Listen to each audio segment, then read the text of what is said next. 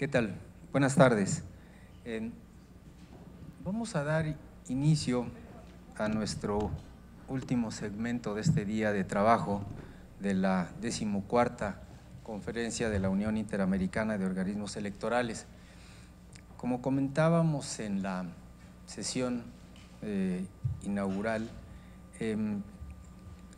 se cumplen 20 años del aniversario del proyecto Administración y Costo de Elecciones.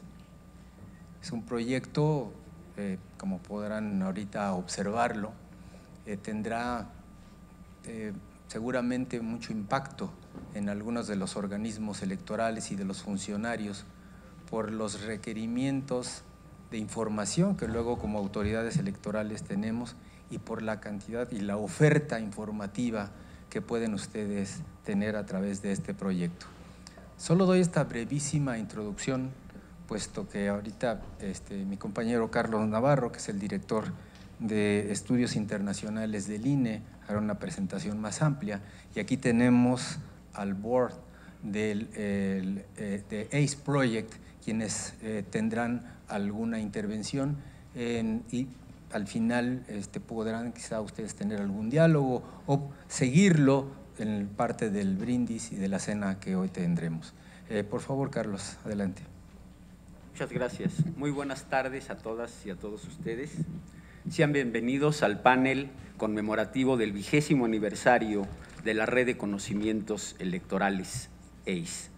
Empiezo por agradecer a las instituciones organizadoras de esta conferencia, al Tribunal Electoral del Poder Judicial de la Federación, a CAPEL en calidad de Secretaría Ejecutiva y a mi propia institución, al Instituto Nacional Electoral, además con el privilegio de que nos acompañe el consejero presidente en esta presentación, por el apoyo y facilidades para la inclusión de este panel en el programa de la conferencia. Hace exactamente 20 años, octubre de 1998, en la sede de las Naciones Unidas en Nueva York, se presentó oficialmente una iniciativa innovadora, vanguardista incluso, el portal en Internet del entonces denominado Proyecto ACE, o ACE, según sea el acrónimo en inglés o en español.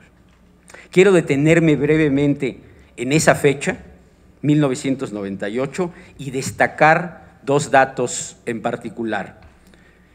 Se cumplían apenas 3 años de que había hecho su irrupción la verdadera red de redes, la red global, Internet, cuyo impacto, cuyas profundas implicaciones no solo me parece que han transformado la forma en que, si no todos, una buena parte de las personas que habitamos este planeta, hemos cambiado la forma en que se percibe el mundo, en ocasiones la forma en que se interpreta la realidad y, por supuesto, la forma en que interactuamos. Creo que hay a lo largo de las sesiones de hoy, pero casi en cualquier foro dedicado hoy al análisis o al debate de temas políticos electorales e incluso en otros órdenes, ha quedado de manifiesto sus profundas implicaciones, el hecho de que se haya convertido en centro de importantes debates sobre usos y algunos de los abusos que ha planteado. También en ese año podríamos hablar de que se encontraba en un momento de gran auge, un proceso que se había iniciado algunos años atrás, con algunas variantes dependiendo de las regiones del mundo, y que tenía que ver con la adopción, el arraigo, la implantación o incluso la simple fortalecimiento o modernización de instituciones, de normas y de prácticas democráticas, muchas de las cuales en muchos de nuestros países tienen su centro de gravedad en los procesos electorales. Esa era una notable implicación que, entre otras cosas, planteaba el hecho de que había la necesidad, en algunos casos la necesidad de organizar elecciones fundacionales, algunas que tenían que ver con la renovación o el restablecimiento de los procesos electorales como como única vía legalmente reconocida y socialmente aceptada y legitimada para integrar y renovar los cargos públicos.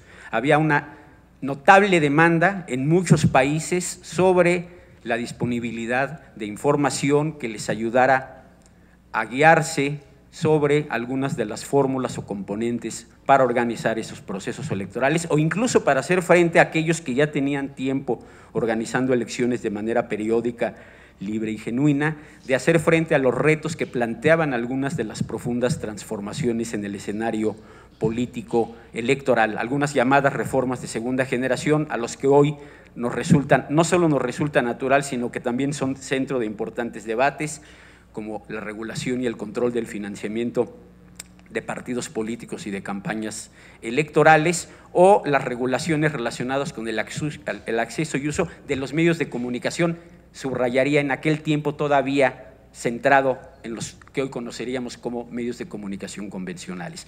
Por supuesto, con la irrupción de Internet y todas las plataformas o aplicaciones derivadas de él, estos nudos problemáticos se han multiplicado. Pero el punto ahí es que es en ese año justamente cuando se presenta el proyecto sobre administración y costo de elecciones en su momento.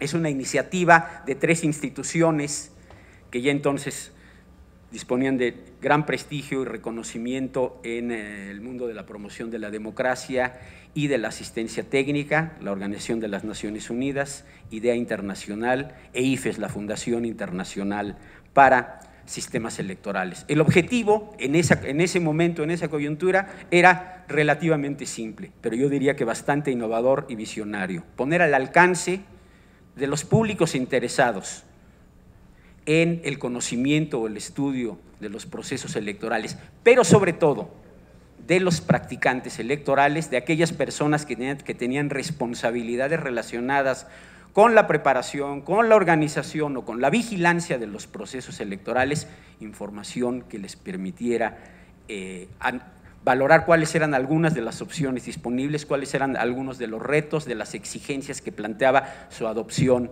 o su desarrollo. Eso, 1998, tuvimos la oportunidad. Para que esta innovadora herramienta tuviera una mayor cobertura y efectividad en el logro de sus propósitos, esas 3 instituciones tomaron la iniciativa para que se buscara que contara con versiones en por lo menos en aquel entonces 3 idiomas, dada la ascendencia que tenían en importantes regiones del mundo: el español, el francés y el ruso. La Organización de las Naciones se dejó en libertad a las instituciones de que adoptaran el mecanismo que estimaran más conveniente para cumplir con ese cometido. Al entonces IFE le hizo la propuesta a quien fue el primer titular de la División de Asistencia Electoral de las Naciones Unidas, Horacio Boneo, de plantearle una invitación para que colaborara en el proyecto, tomando a su cargo la versión en español. A partir de entonces se inicia la colaboración del Instituto en el proyecto. En 2004, no solo el Instituto, a partir del trabajo que había realizado, sino también el Programa de las Naciones Unidas para el Desarrollo, el Instituto Electoral para la Sustentabilidad de la Democracia en África, AISA, y Elecciones Canadá, quien tiene a su cargo buena parte de la versión en francés, fueron invitados a formar parte de la Junta Directiva, el órgano colegiado que es responsable de la dirección y de las deliberaciones para el mantenimiento, el desarrollo de este proceso, que por supuesto a lo largo de su experiencia ha experimentado algunas importantes cambios y transformaciones para adecuarse a nuevas necesidades y exigencias. Justamente ayer sostuvimos en la Ciudad de México una reunión anual del comité directivo. Están acompañándonos en esta parte de la mesa representantes de todas las instituciones asociadas, así como la coordinadora ejecutiva en este momento del proyecto. Van a compartir,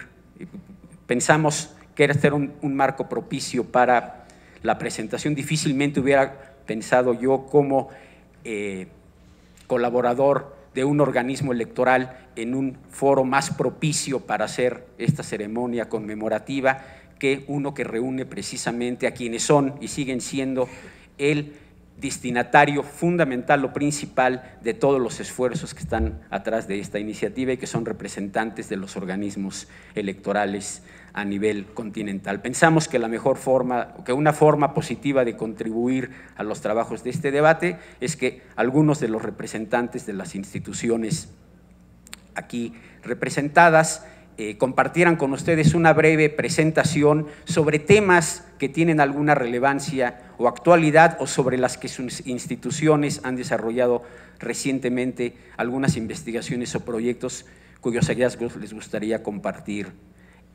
con ustedes. Además, tuvimos la oportunidad siempre tratando de identificar algunas oportunidades de cómo impulsar y mejorar los contenidos, la estructura de esta fuente de información que es la hoy Red de Conocimientos Electorales, de tener la fortuna de tener un intercambio con el consejero presidente del instituto, quien al compartir, además de conocer sobre los trabajos, al compartir algunas de las vivencias o experiencias derivadas del proceso electoral recientemente realizado en México, como de alguna manera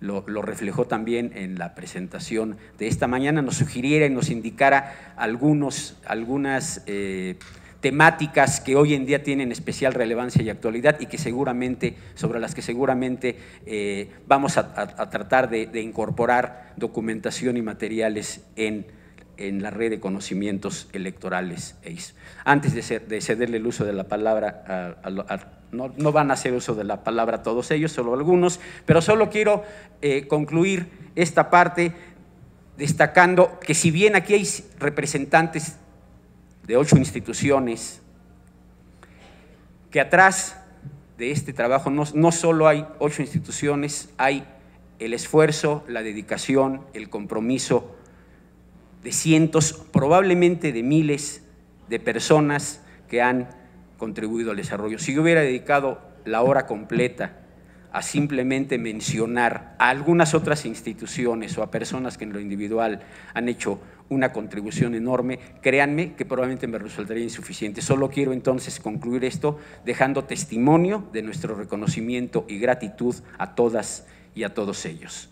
Y ahora, con mucho gusto, y para iniciar 3 breves presentaciones temáticas, le cedo en primer lugar el uso de la palabra a Heather Szilágyi, que es representante de la Fundación Internacional para Sistemas Electorales, quien va a compartir con ustedes algunas reflexiones sobre el uso y el abuso de los recursos del Estado en las campañas electorales. Heather, por favor. Muchísimas gracias. Muchas gracias. Y gracias por quedarse hasta esta hora para escuchar el trabajo de los que participamos en EIS. Les agradezco.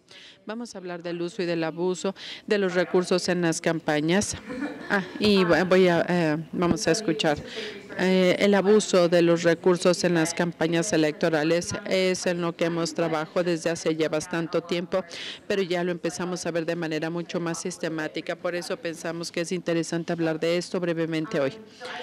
Como saben ustedes, las noticias sobre las elecciones están llenas de aseveraciones del uso y del abuso de los recursos para apoyar las campañas, y hay problemas que se presentan por esta competencia, por el uso, por el abuso, y también lo que hacen las entidades gubernamentales y el financiamiento. Entonces, al hacer mucho del trabajo de investigación que hemos estado haciendo en los últimos 2 años, de lo que vamos a hablar, también vimos rápidamente que muchas veces cuando estamos hablando de los ciclos de corrupción en ciertos países, las elecciones son el primer paso en este ciclo. Entonces, los gobiernos electos y los políticos pueden confiar en la solidificación del poder para poder ganar, y es por eso que con el Estado crean campos injustos para la realización de las elecciones, y esto es lo que hace que este sea el primer paso de la corrupción sistémica que se presenta en muchos de los participantes, pero en realidad no estamos pensando como un problema integral o que sea el que se presenta en todo momento, que sea igual. Se han estudiado desde la perspectiva global y todos los países saben que es un gran problema en sus procesos electorales. Hay metodologías observacionales que lo han visto, la gente lo sabe en todo el mundo, y nosotros queremos poder profundizar en los marcos jurídicos sobre el uso y el abuso de los recursos para medir la eficacia y para poder hacer recomendaciones creativas. Nosotros en AEFES, con el apoyo de Estados Unidos, desarrollamos una metodología para hacerlo. No tenemos mucho tiempo, no les voy a presentar los detalles sobre el desarrollo de la metodología, pero nosotros hicimos una revisión integral de los marcos jurídicos electorales y otros marcos jurídicos de 6 países en todo el mundo para poder hacer una comparación, ver cómo lo enfrentan los diferentes países y para saber qué es lo que ha servido y qué es lo que no ha servido. Y esto incluye la investigación, y se habla con muchos interesados de todo el mundo, con muchos participantes. Nosotros redactamos esta metodología y también desarrollamos un resumen que está disponible en línea. Aquí tenemos copias y aquí tenemos a todos los actores que lo van a poder utilizar en sus esfuerzos para eliminar los problemas en torno a estos problemas. Esto fue el desarrollo del marco comparativo. Bueno, pues aquí tenemos rápidamente algunas de las fuentes principales que vimos. Es una lista que no se termina. Esto es lo que aprendimos al hacer la investigación, y vimos que aunque nos estemos concentrando en las campañas y en el uso y en el abuso de los recursos, también tenemos que ir más allá de los marcos jurídicos electorales. Todo empieza con el servicio, con las adquisiciones, y hay muchos otros problemas y actividades en las que no pensamos. Entonces, el producto final de la investigación que hicimos, aquí tenemos esta gráfica que representa las características finales de nuestra herramienta de investigación, y como se los dije, estamos concentrados en el uso del marco regulador para evitar los abusos relativos a los recursos del Estado. Aquí en la parte de arriba tenemos el marco jurídico, y luego tenemos 3 principios y pilares que consideramos están en el marco jurídico de lo que consideraríamos algo eficaz. Este primer principio del lado izquierdo se marca los mecanismos para evitar que los funcionarios públicos abusen de su posición. Y vamos a hablar de los tipos específicos de usos que estamos viendo, las restricciones que tienen que ver con el personal, los activos físicos y también la comunicación oficial con el público, que incluye la comunicación con los medios de comunicación. Y luego el segundo principio, el de en medio, cómo evitar el uso y más bien el abuso, y esto con la supervisión de las instituciones externas y que puedan implementar las regulaciones. Y luego el tercer principio es el cumplimiento, y en la investigación hemos visto que es el problema más grande. Aunque existan las leyes en los libros, el cumplimiento y la voluntad política en términos del uso y de los abusos de los recursos del Estado pueden ser un gran desafío. Y en las cajas verdes que vemos hasta abajo es lo que nosotros llamamos los factores que lo permiten. Estos son los problemas que están fuera de la balanza, que están fuera de la balanza de lo formal, pero aún así contribuyen al problema, y puede ser algo muy importante cuando estamos pensando en la manera en la que los recursos se abusan. Entonces, queremos estar seguros de estarlo considerando y hablar de todo esto, aunque sea parte de las mismas normas internacionales que rigen las adquisiciones y el ambiente de los medios de comunicación y todos estos aspectos del proceso. Por último, tenemos el medio en anaranjado, las consideraciones de la voluntad política, porque me imagino que todos sabemos que uno de los problemas que se registra con el uso y el abuso de los recursos del Estado es la falta de voluntad, porque los que abusan los recursos son los que están en el poder y son los que se benefician. Entonces estamos tratando de encontrar aspectos del contexto del país que podamos aprovechar para permitir la reforma y los esfuerzos de defensa de los recursos, y también queremos identificar los factores que pudieran estar prohibiendo estos esfuerzos para poder saberlos. Pensé que era importante avanzar en lo que estamos hablando, cuáles son las áreas potenciales de abuso. Estamos centrados puramente y meramente en las cosas que hemos visto en los estudios comparativos y son las cosas delineadas en la ley en relación al uso y al abuso. Primero hablemos del personal del Estado, las restricciones para poder ser candidatos y las restricciones para participar en campañas electorales. Y luego los recursos físicos, estas serían cosas como lo que viene de las agencias y los recursos, los vehículos, los edificios, construcciones, estacionamientos, todo ese tipo de cosas. Y luego la comunicación del gobierno con el público es lo último. La administración, la educación, los websites, cualquier comunicación para propósitos políticos, y queremos ver cómo esto está regulado por ley. Estos elementos se eligieron en base al análisis de los tipos de abusos que más comúnmente se ven. Hay muchas definiciones que existen y que amplían nuestro entendimiento del abuso y del abuso de los recursos, el abuso del poder, el uso de las fuerzas de seguridad. Y esto es para aventajar a ciertos candidatos. A veces hay leyes que restriccionan, que son una restricción, pero nosotros queremos que nuestra metodología sea muy específica, sea muy útil en ciertos contextos, y nos estamos centrando en estos tres elementos y no en otros abusos del poder. Aquí me voy a saltar esta información por la falta de tiempo, pero podemos revisarlo si tienen preguntas. Y aquí tenemos simple y sencillamente una presentación rápida de cómo fue que llegamos a las recomendaciones, que son las que identifican a los actores responsables en todo lo que se necesita en los diferentes contextos.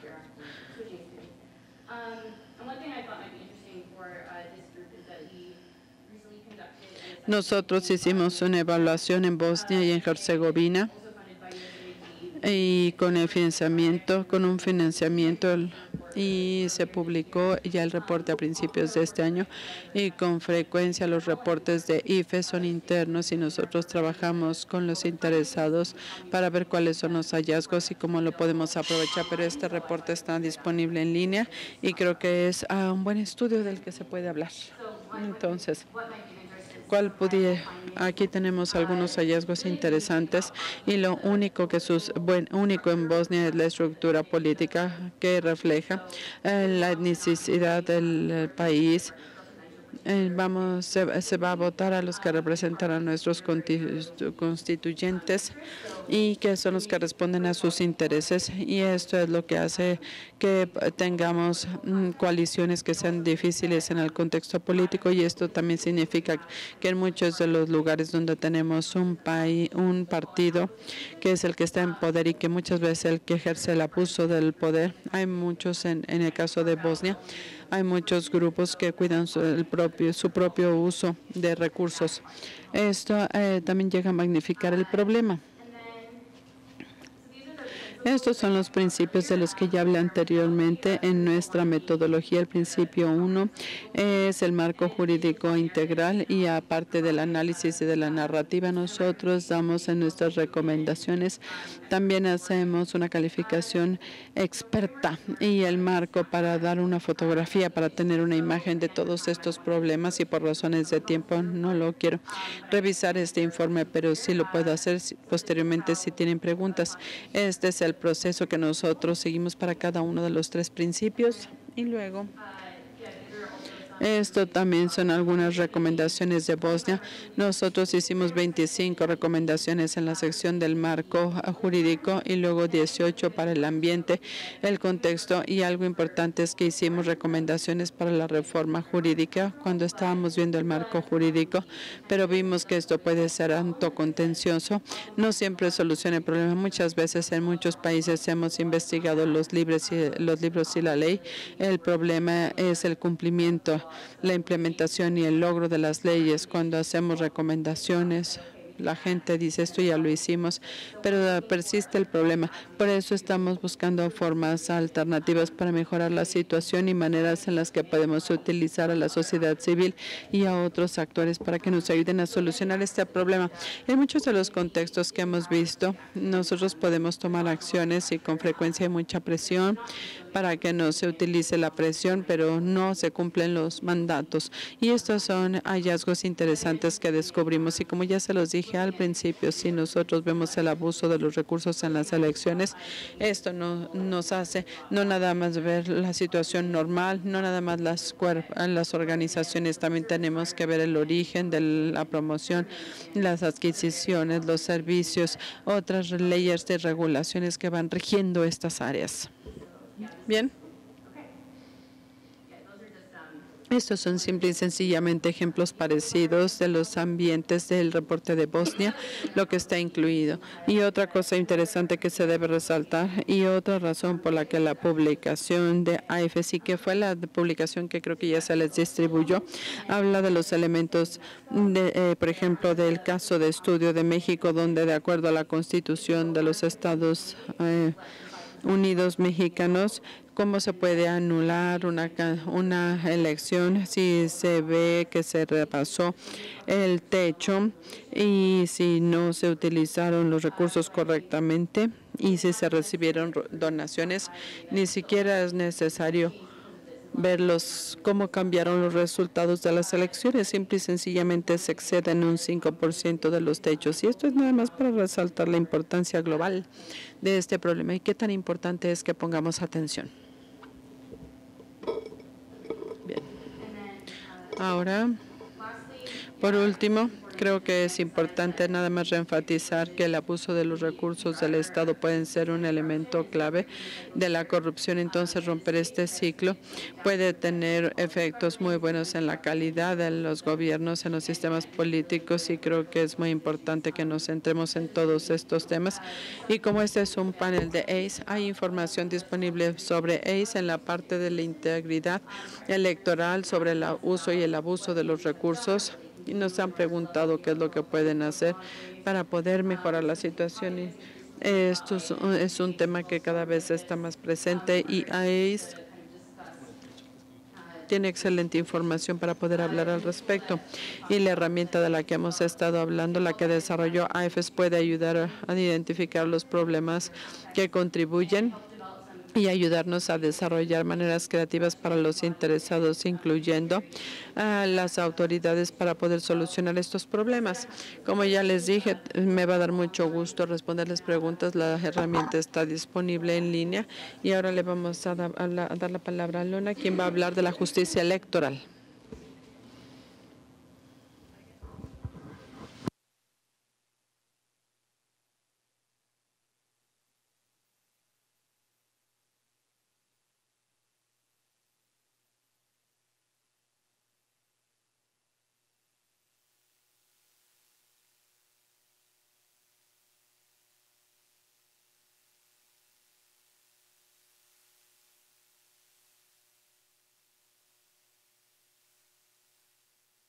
Nos va a alcanzar. Creo que ya todos recibieron copias de las presentaciones, entonces creo que voy a empezar.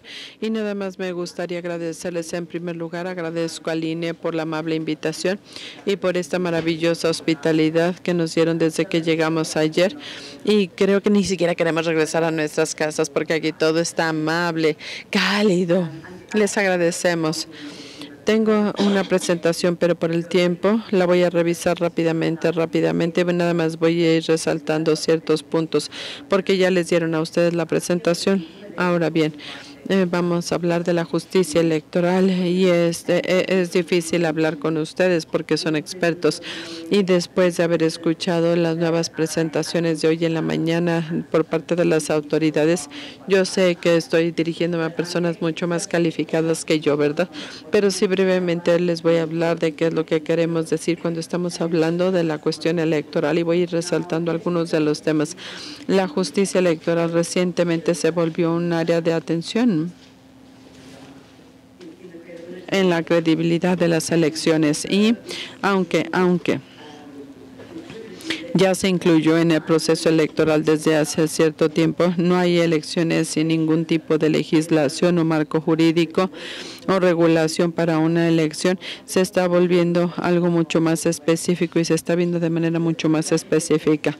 Esto no sucede en el vacío, sino que refleja el clima político, social, económico de un país. Todos los países que tienen elecciones, en particular en los últimos 2 años, y en África desde 1990 tenemos la tercera ola de la democratización en África y ahorita llevamos a la cuarta y a la quinta ola y ahora la gente está viendo con mucho más atención el marco jurídico en el que se realiza la elección, pero en todos estos países, y estoy hablando a nombre de mi continente, hay una historia en cada país. Ha sido una historia de violencia, una historia de colonización, una historia de muchos actores que han impactado la situación. Las tensiones que surgen en una elección no suceden por esa elección en particular, sino por muchos otros factores y también impacta la naturaleza de la elección. ¿Qué es lo que sucede en el conflicto de la elección o electoral?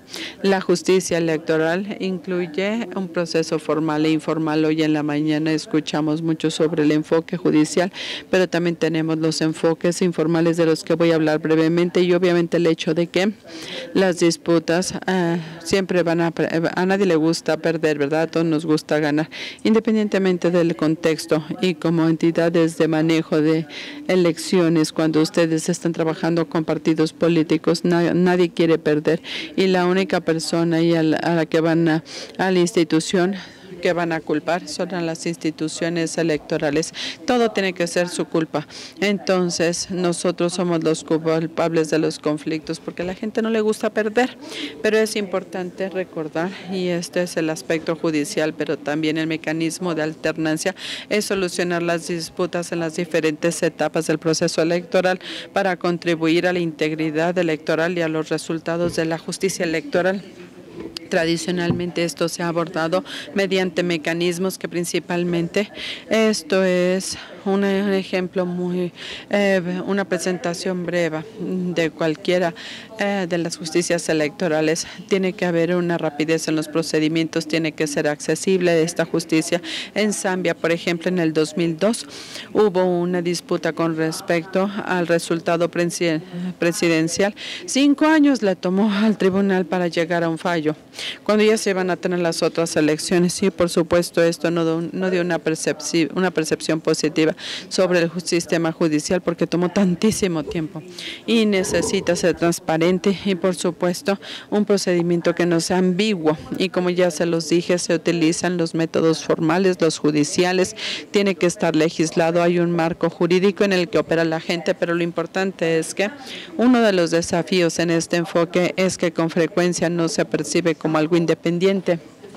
Es difícil tener acceso a y además no trae la justicia electoral. Por ejemplo, uno tiene la social y la penal y la gente piensa que es sumamente caro para las personas ordinarias de la calle. Y los jueces tienen que ser independientes y las instituciones, las entidades, todos sean respetados y capacitados, y esta es la única manera de tener enfoques eficaces. Y la gente tiene que escuchar lo que dicen los jueces. Y hay otros métodos. Y nada más les voy a mencionar que de lo que voy a hablar son 2 estudios de caso, el de Zimbabue y el de Liberia, las elecciones que acaban de suceder. Nigeria también tiene una historia de conflicto y además va a tener elecciones en el 2019, y el magistrado presidente ya dio una nueva directriz a los jueces para los casos políticos, porque los partidos políticos han abusado, si puedo utilizar esta palabra, y mal utilizado el proceso judicial. Así de serio se ha tomado. Entonces se van a ver los métodos formales. Estos son los diplomáticos. Esto es lo que vemos en Liberia, en África, en Liberia recientemente con la disputa que se llevó al juzgado, al tribunal, y se tuvo a un invitado para que se pudieran sentar los partidos políticos y que aceptaran el fallo y los hallazgos para evitar más conflictos. Y luego tenemos el papel de las autoridades electorales. Ustedes lo saben muy bien. Esto está establecido por la ley del país, la legislación, y las organizaciones. A nadie les gusta perder, pero siempre van a culpar a las instituciones que organizan las elecciones, y se hace un escrutinio y están muy pendientes, y es muy importante saberlo, porque si no son independientes, no van a tener el apoyo de los lectores. Entonces, en pocas palabras, este es el rol del EMBA. Los desafíos, por supuesto, van a ser que si la gente no acepta la independencia de la Comisión Electoral, o si ven un sesgo, y esto es lo que sucedió en Zimbabue, y la Comisión Electoral parecía ser seguidora del partido en poder, y esto fue muy difícil la aceptación de los resultados, y los mecanismos de alternancia, que estos se están volviendo más y más populares, no reemplazan el sistema judicial, tampoco te le quitan la autoridad al tribunal, pero se utilizan como una alternativa para a veces poder intervenir en las disputas que no necesitan llevarse a la corte, al tribunal. En África nosotros introdujimos en algunos países lo que llamamos los paneles de mediación de conflicto, donde los mediadores vienen de la sociedad civil, trabajan y median las disputas. Por ejemplo, si alguien ataca a alguien físicamente, o si tratan de físicamente lesionar a alguien, le decimos a la gente, pórtense bien. ¿Por qué? Porque ya las personas están resultando lesionadas, y se abusan los recursos, se abusan la legislación, si los candidatos tienen calificaciones en particular y van a tener que cumplir ciertos requisitos para volverse requisitos, y si no cumplen, bueno, pues se tiene la autoridad para decir, tú no calificas y no acepto tu nominación. Y esto no se puede solucionar en un proceso de mediación, sino que también tenemos códigos de conducta. Y tenemos a la sociedad civil que también tiene participación, y tenemos un desarrollo en África donde tenemos las salas donde se pueden solucionar los conflictos, y luego también tenemos los comités de enlace que se reúnen con la Comisión Electoral y tratan antes de la elección a poder hablar. Y esto se hace en Zimbabue y en Liberia, donde la entidad de administración electoral se reúne con los partidos políticos y los actualiza sobre los cambios en la legislación, cuáles son los requerimientos, y parece que está funcionando hasta que se registró la última elección. Recuerden que Liberia, no voy a ver la historia de Liberia, pero sí tienen que saber que fue un país que se encuentra en el continente de África y que comparte fronteras con otros países.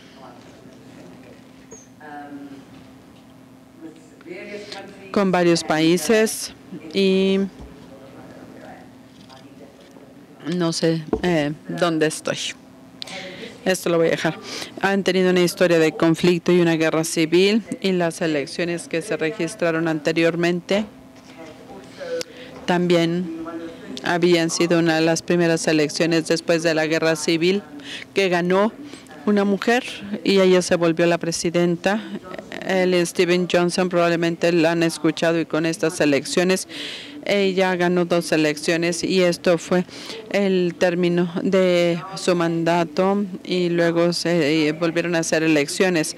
El problema con la elección en particular en este momento en Liberia fue que ninguno de los partidos políticos anteriormente, la persona que había ganado la elección después de la segunda ronda es la que impugnó cuando ella ganó por primera vez, y la segunda vez él perdió. no impugnó solito la primera vez, pero la segunda vez sí, se volvió muy conocido antes de volverse presidente y ya había sido un jugador de fútbol muy bien conocido y por supuesto que en África es mejor ser ser futbolista que la Kardashian. Él era muy conocido entre los jóvenes y además él aceptó su pérdida después.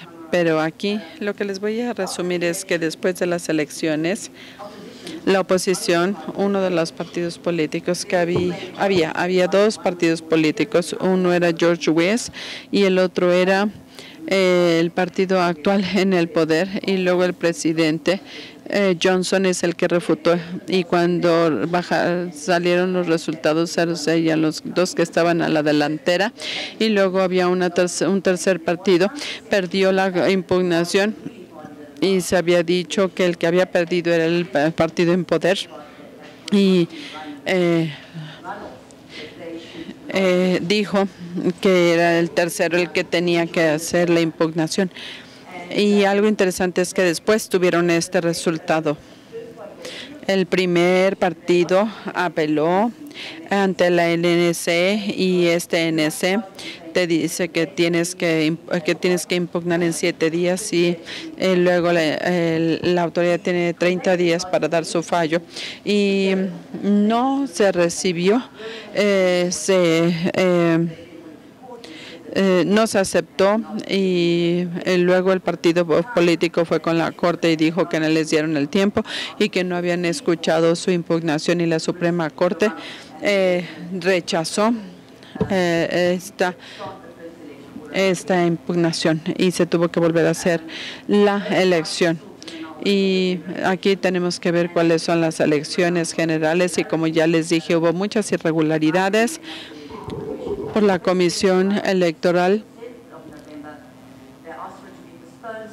Se pospusieron las elecciones para tomar las acciones correctivas y también hubo inconformidades con respecto al rol de los votantes. La Suprema Corte lo vio y dijo que la Comisión Nacional Electoral tenía que suspender todas las actividades de los candidatos de los que estaban a la delantera y para poder tomar estas medidas correctivas y también se tienen que cumplir con ciertos requisitos. Y luego lo retrasaron y luego se hicieron las elecciones, pero en una fecha posterior y apelaron ante la Suprema Corte que confirmó con el fallo y la Corte dio una lista de las condiciones que tenía que cumplir ENS durante el periodo de las elecciones o de campaña previo a las elecciones. Todo programado para el 14 de diciembre y luego anunciaron, la ANC anunció el 26 de diciembre como la fecha final, pero el 14 de diciembre, justo antes, el partido que era el que estaba en poder ya perdió la elección presidencial y esto porque el ANC no había cumplido los requisitos de la Suprema Corte y que habían actuado ilegalmente. Hubo muchos problemas y luego la Suprema Corte lo rechazó y pidió a la ANC que siguiera con su trabajo y siguieron trabajando. Y luego no se aceptó esta apelación, pero aquí tenemos a los partidos que tratan de retrasar los procesos y la ANC, aunque el tribunal no dio ningún fallo ni había dicho que había cumplido de manera suficiente con los requisitos para poder seguir con las elecciones. Aquí lo que sucedió fue que la Suprema Corte ejerció su independencia. Luego, cuando nosotros vemos el caso de Zimbabue, y aquí Zimbabue es un país que ha tenido una historia reciente de conflictos y se independizó de la Gran Bretaña en 1980 y luego el presidente Robert Mugabe fue elegido presidente y luego se tuvo la elección después y él se quedó como presidente hasta el 2017, de hecho, cuando hubo lo que se llamaba el coup d'etat, que no fue. Se apoderó el ejército y él tuvo que fue derrotado, y aunque dijeron que no era un coup d'etat, simple y sencillamente no lo querían ahí porque el país había tenido problemas económicos, políticos, sociales. Sigue siendo un debate si sí o sí no fue un coup d'etat, y en este periodo interino entre el presidente que ganó las elecciones, pero se esperó hasta las elecciones. La Comisión Electoral de Zimbabue se volvió una comisión independiente desde el 2011 y después de los cambios en la Constitución, y se logró el padrón electoral. Y esto fue gestionado por el ministro del Interior, y esto siempre se vio como una debilidad del sistema electoral. ¿Por qué? Porque siempre hubo alegaciones sobre el rol que no existía. Entonces siempre hubo un desafío y se encargó a la Comisión Electoral para esta elección con la introducción de los biométricos. Y aquí les voy a decir una última cosa. El problema principal con la Comisión Electoral es que ambos partidos políticos antes de la elección dijeron: nosotros ya ganamos esta elección. Si no hubiéramos ganado esta elección, y de hecho la oposición del partido en vigor, entonces hubiera sido una elección manipulada y la Comisión Electoral no hubiera sido independiente. Era el lugar perfecto para conflicto, y no hay necesidad de decir que hubo un conflicto, que la oposición no aceptó los resultados. La oposición salió a las calles. 6 personas fueron asesinadas y esto se quedó en la mente de todos. Pero aquí la Corte Constitucional, no la Suprema, porque cualquier elección presidencial y cualquier petición se va a la Corte Constitucional, y esta rechazó los 34 alegatos específicos que fueron presentados por la oposición porque dijeron que no había evidencia suficiente, y claro que perdieron las elecciones y el país sigue en conflictos por el hecho de que de la oposición y de los seguidores que están descontentos con los resultados. Y algo que voy a mencionar sobre la justicia electoral y el resultado: con frecuencia los partidos políticos no tienen la habilidad para monitorear las elecciones, y lo hemos visto cómo se rechaza. ¿Por qué? Porque no tienen evidencia, y si no están capacitados para preparar las inconformidades y para tener pruebas, se presentan y pierden, y se dice que están siendo partidistas del partido en vigor. También tenemos el Estado de Derecho, la confianza en el Poder Judicial, y todo esto tiene un impacto, y es una combinación de factores que de hecho cuestionan si una elección y si se está viendo la justicia electoral, si se está registrando. Esta fue una presentación sumamente rápida. Gracias. Gracias, Ilona. Ahora, thank you, Ilona. And now, very quick notes on a very relevant topic as well. In IT safety or security or cybersecurity, and some of the schemes that can be promoted in order to achieve the interinstitutional cooperation. Peter Wolf from Idea Internacional. Peter Wolf. Buenas tardes. Ha sido un día larguísimo para ustedes, lo sabemos, y estamos atrasados, entonces voy a tratar de que mi presentación sea sumamente breve. Unos minutitos para hablar del trabajo actual que está haciendo IDEA en este momento sobre el tema de la ciberseguridad, y nosotros elegimos un ángulo en particular ahí, y específicamente la colaboración entre agencias y dependencias, que es lo que se ha vuelto muy importante para los diferentes países con los que hemos trabajado para abordar siempre los temas relativos a la ciberseguridad del contexto. Como ya todos lo sabemos, la secuela de las elecciones de los Estados Unidos del 2016, todos están hablando de las ciberamenazas, el hackeo, todos estos peligros técnicos que existen, y de repente se volvió de altísimo perfil. Obviamente Estados Unidos ha experimentado y ha visto la importancia de que la tecnología electoral esté salvaguardada, y ya ha habido muchos debates. También estoy seguro que hay problemas de las redes sociales. No son nada nuevo aquí. Ha habido casos de altísimo nivel de muchos hackeos electorales en las redes sociales en toda América Latina desde hace ya tiempo, pero en el 2016 y 2017 esto alcanzó mucha atención pública, y al mismo tiempo en Europa hubo elecciones de alto perfil en los Países Bajos, en Alemania, en Francia también, y muchos de los alegatos y muchas de las preocupaciones en torno a la ciberseguridad en términos de esas elecciones. Lo que hicimos desde esa época fue armar un evento de mesas redondas en La Haya, y donde invitamos a las autoridades europeas de la parte occidental, oriental y central. También tuvimos el privilegio de tener a la Comisión de los Estados Unidos para las elecciones, participaron, y para ver la seriedad de las amenazas, son reales o no, y qué es lo que se ha hecho al respecto, con respecto a esas amenazas. Todo esto se hizo en un formato pequeño donde la gente se pudiera tener un intercambio para saber cuáles son las situaciones de los diferentes países. Y hubo algunos hallazgos interesantes que salieron de esta reunión en aquella época con la perspectiva europea. Uno era que definitivamente esto era trabajo que se tenía que hacer con la mayoría de los trabajos participantes.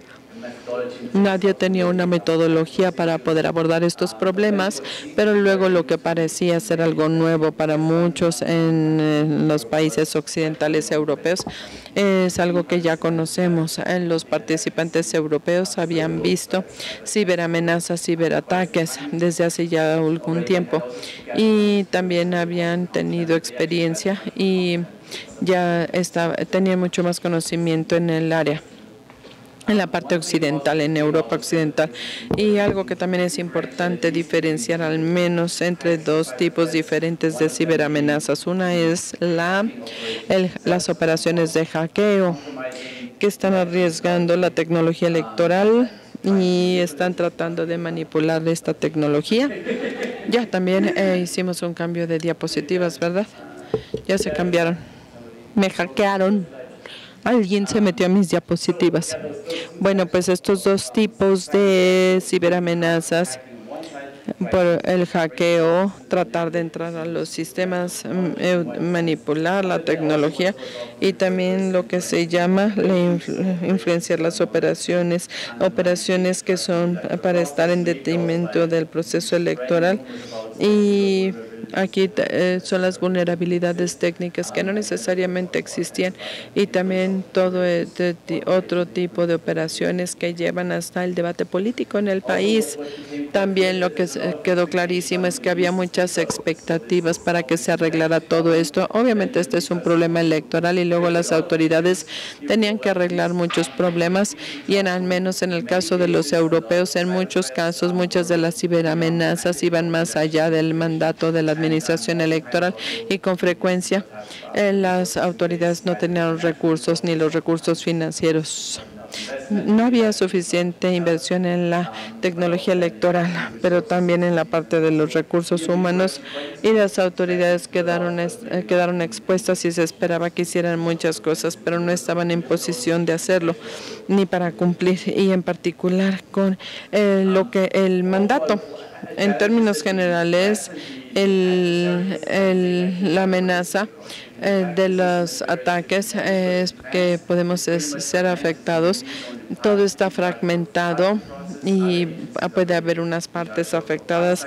Hay autoridades que están a cargo de las diferentes ciberamenazas. Hasta ese momento no había gran cooperación entre las diferentes dependencias y que estuvieran involucradas en la protección de los ambientes electrónicos del país, los ambientes electrónicos electorales. Una de las conclusiones es que definitivamente necesitábamos una mayor definición de la ciberseguridad más amplia que la común, porque con frecuencia son amenazas en línea, la ciberseguridad, las amenazas que están en Internet y que a las que uno queda expuesto en las elecciones. La tecnología es mucho más compleja, toda la tecnología que se utiliza en el proceso electoral, también las tecnologías en línea y fuera de línea, y luego las operaciones, influenciar las operaciones, no necesariamente va a tener un gran impacto en la tecnología, sino que van a ser operaciones que van en contra de la confiabilidad del proceso. Y cuando se habla de las responsabilidades es importante decir si es el proceso electoral, es el que es el blanco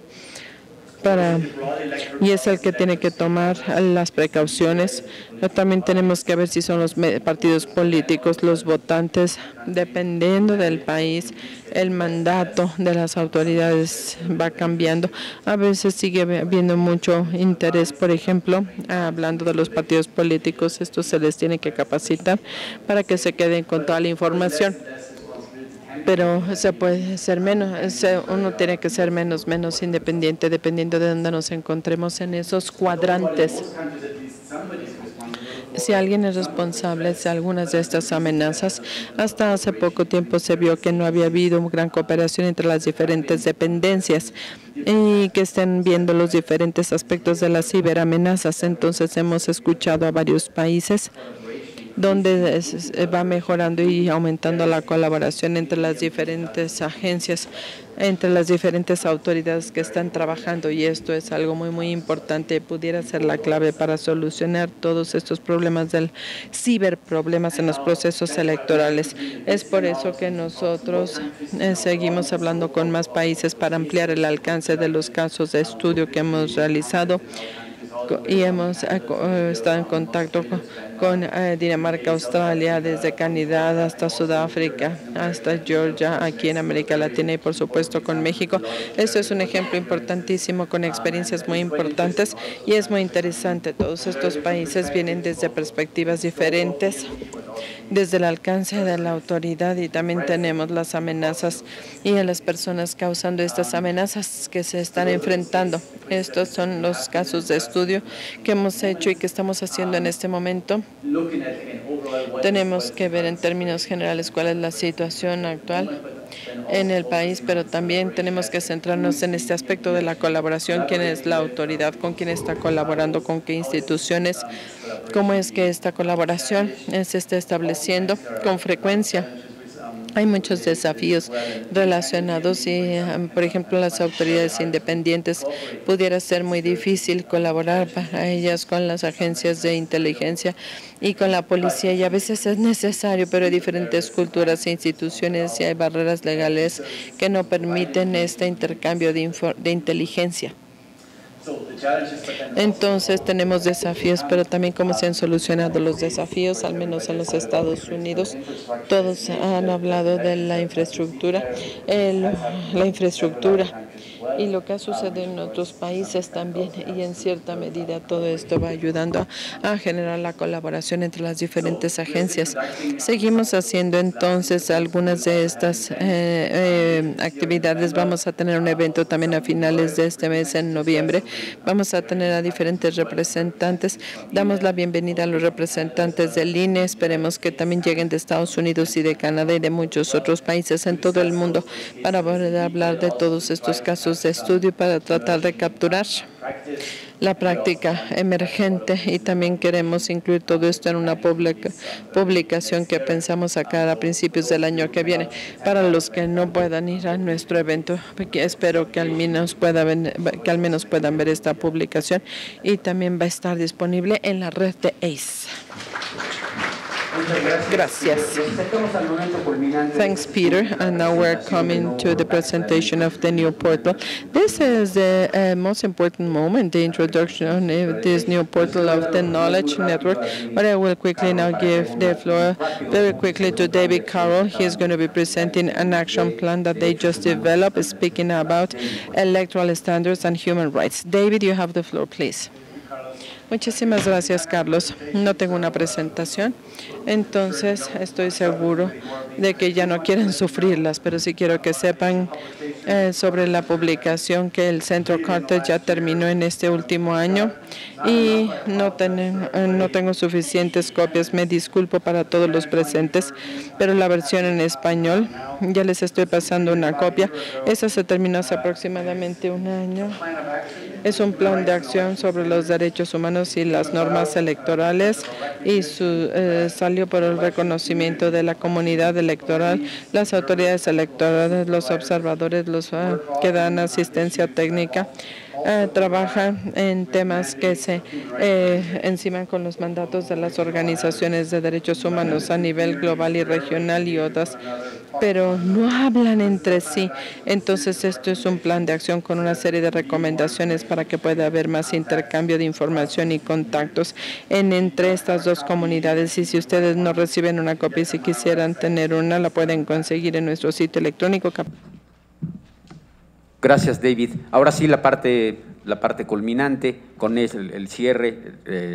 Sara Steino, que ha sido durante los últimos 2 años la coordinadora ejecutiva del proyecto en general y del nuevo portal, hará la presentación. Como concluimos, solo subrayo que todos nosotros estaremos con gusto, atenderemos durante el resto de la sesión, esta noche o mañana, a lo largo del día, cualquier consulta o comentario que tengan o sobre el portal, el proyecto, o incluso si quieren acercarse para conocer detalles de algunos de los proyectos específicos que les han platicado. Quienes están también en la mesa en representación, los menciono brevemente, que es André Fectao por parte de Elecciones Canadá, Gesan Cesay de la División de Asistencia Electoral de Naciones Unidas, Aleida Ferreira del Programa de las Naciones Unidas para el Desarrollo, y Chad Vickery también por parte de la Fundación Internacional para Sistemas Electorales. Gracias y, por favor, Sara.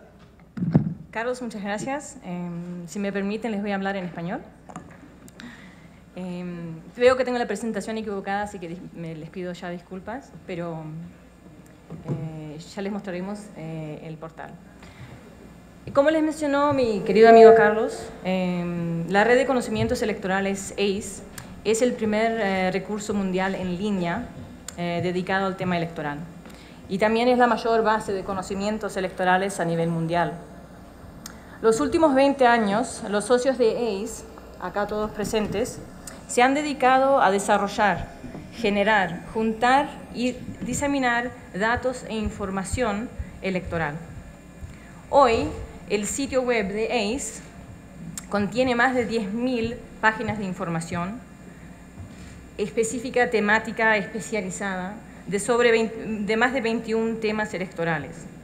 Ejemplos de los temas serían sistemas electorales, el marco legal, registro de electores, integridad electoral, discapacidades, etcétera, etcétera. Además, en este momento estamos también desarrollando temas sobre género, juventud y conflicto electoral, que le agregaremos al portal. El portal también contiene información específica y datos comparados sobre más de 200 países y territorios del mundo. Tiene una biblioteca virtual con documentación electoral, tales como, por ejemplo, leyes y normativas, papeletas de votos, manuales de formación, evaluaciones técnicas, códigos de conducta y muchísimas otras cosas como ejemplos de diferentes partes del mundo. Hay un calendario mundial electoral de cuáles son las próximas elecciones.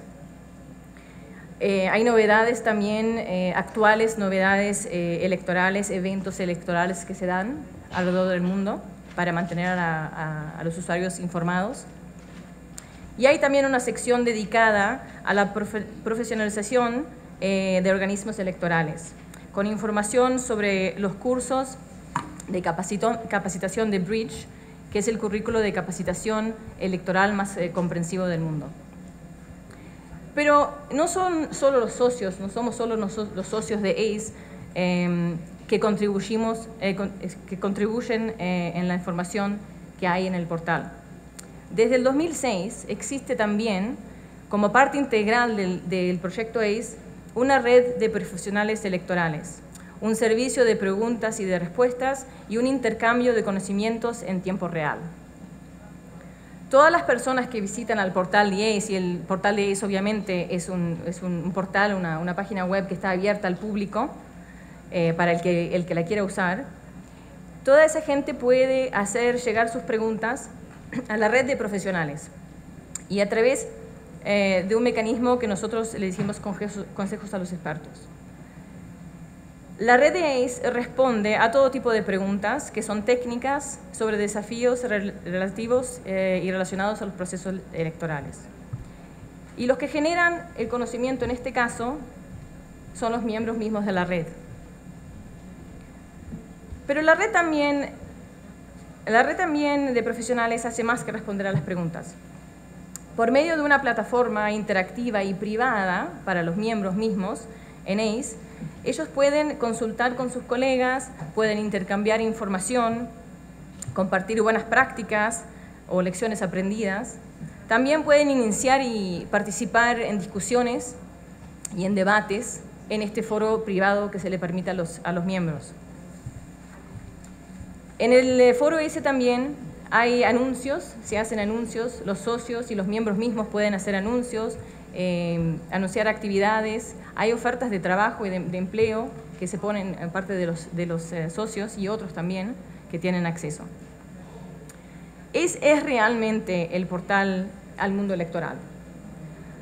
Ha sido creado principalmente para apoyar a los practicantes electorales, eso es cierto. Pero se dirige también a académicos, a partidos políticos, a miembros de la prensa y a cualquier grupo o individuo que tenga un interés en expandir su conocimiento electoral, mejorar sus prácticas y compartir sus experiencias. Para celebrar los 20 años de ACE y para continuar mejorando siempre el proyecto y este portal, hemos dedicado nuestros esfuerzos el último año en la renovación estructural y visual del portal. Y es con mucho orgullo y gratitud que en esta conferencia de la Unión Interamericana de los Organismos Electorales lanzamos el nuevo portal de la Red de Comunicaciones Electorales de ACE. Y acá mismo ven una foto nomás de cómo es. El sitio web este tiene más de 2.5 millones de visitas por año. Está disponible en español, en inglés, francés y árabe. El sitio en español es sin duda y ha siempre sido el más visitado. De los 800 miembros que tenemos en la red de profesionales, los hispanohablantes son entre los más activos. Finalmente, y para concluir, como la coordinadora de ACE, estoy muy agradecida, pero muy agradecida por el apoyo y el entusiasmo que vemos en la red de ACE por parte de los practicantes y los profesionales electorales en América Latina. Y yo espero que sigan apoyando a ACE, haciéndose miembros de la red, mandando sus preguntas y compartiendo sus ricas experiencias y sus conocimientos con colegas de todas partes del mundo. En el día de hoy, especialmente con los desafíos que encontramos y que vemos y que compartimos con muchos organismos electorales, es más importante aún que nunca compartir las experiencias. Y nosotros hoy acá les invitamos a seguir haciéndolo por medio de ACE. Gracias.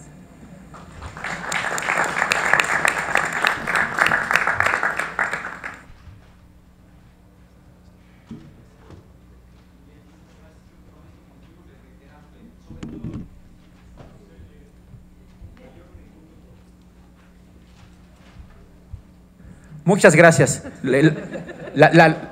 La reiteración simplemente, estaremos, la mayor satisfacción que nos pueden brindar todos los que están aquí es consultar el nuevo portal o incluso compartir esta información al interior de sus propios organismos electorales. Muchas gracias y muy buenas tardes.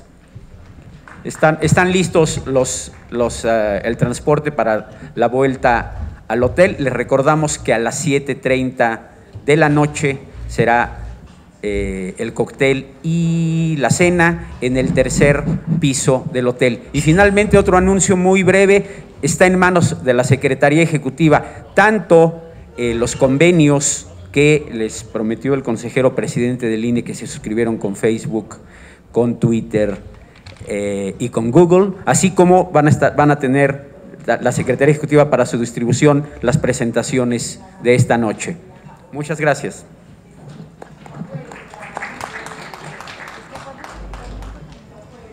Gracias.